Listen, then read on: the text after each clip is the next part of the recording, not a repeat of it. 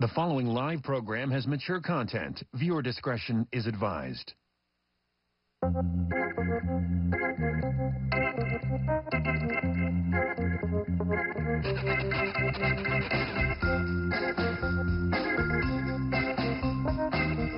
Welcome back to Sex Matters. I'm Cynthia Lois. Tonight we're finding about what pickup artists really do, and we're also getting a rare glimpse of them in action. I'm here with Derek, who also goes by the name of Cajun, who's a dating coach. So part of the weekend workshops is not only just being in the classroom for these guys, it's actually taking them out and putting them in a bar situation to meet girls. Why is that important? Because at Love Assistance, we kind of put our money where our mouth is.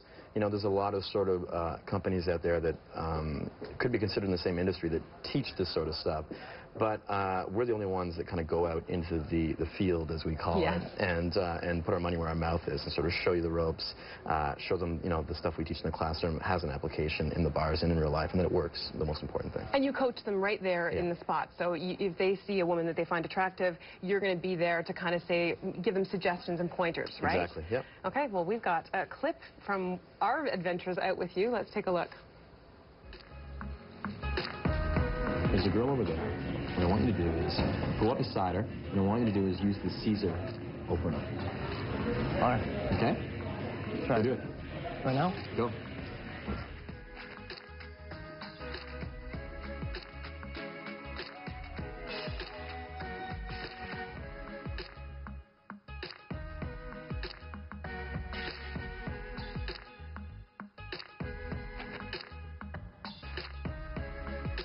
It's a guy's drink? Pink is a girl drink.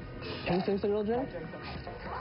It was good because usually when, you know, there's a good-looking girl, you don't know what to say. Yes. So now I'm like, okay, I know what I'm going to say, so I'm not going to get tongue-tied.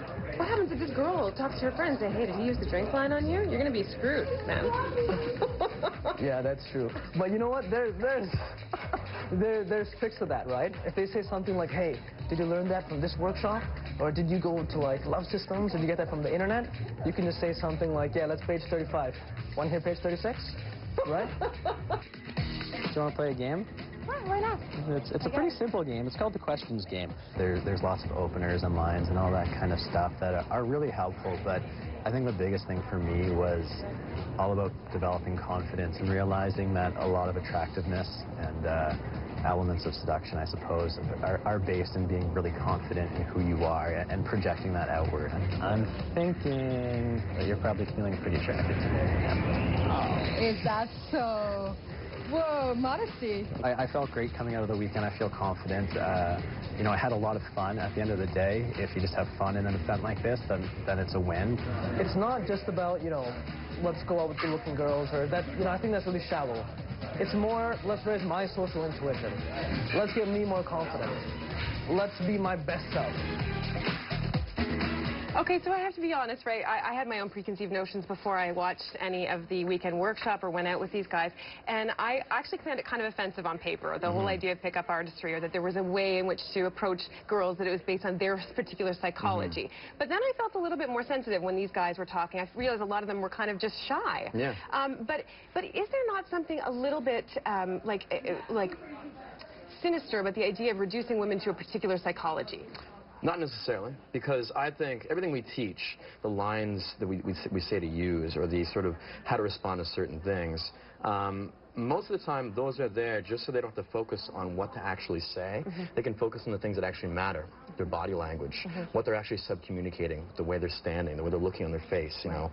You're just giving them things to kind of start it off, right? And then to go from there. I mean, to be honest, I think any girl, even if you use the best line in the world in the bar, she knows what you're doing. You're not fooling anybody. Right. So it's more about concentrating on the things that do matter, I think, which I personally think are things like body language, your confidence, you know, what you're sub-communicating when you first go and talk to a girl.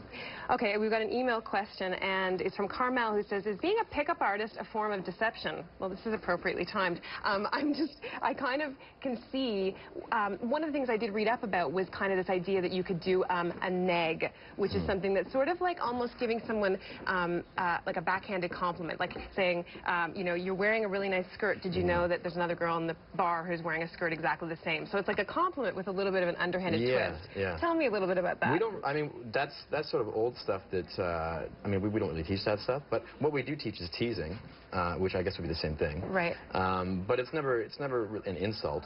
It's more about, it's like flirting. It's playful flirting. It's playful, yeah. But at the same time, isn't it a little bit about, like, I mean, destabilizing women? Like, the presumption seems to be a little bit like that women are super sexually confident and they hold a lot of power. Mm-hmm. So if you undermine that a little bit, you'll be able to kind of, like, it's a little bit passive-aggressive, no? I don't agree with that, no. You don't? Okay, so tell me why. Well, I just think that it's not necessarily about undermining them. It's about showing them that you are confident. Right. That doesn't have anything to do with undermining them. Okay. It only has to do with sort of showing them that you're the type of guy that, you know, maybe wouldn't put up with the type of stuff that guys are usually willing to put up with them. Right. I guess would be the way to say it, yeah. Okay, so at what point, so let's say the guy has used these techniques and he's met someone, and the relationship starts to progress. Like, at that point, will there still be the need for these types of techniques that they've learned in a long-term relationship? Like I said earlier, like the lines and stuff like that, that's really only for the first few minutes of a conversation. Yeah. We don't give guys a blueprint to sort of follow in terms of exactly what to say and how to respond over the course of the next, you know, days or hours or whatever. Yeah. It's mostly about those first few minutes, which are the most critical, so we make that first impression. After that, the information and the advice we give is more sort of all-encompassing in terms of, you know, avoid these things and try to do these things. And you hope that their instincts will kick in from there, I'm Hopefully, sure. yeah. That's great. It's time now for a break. We'll be right back, so stay with us.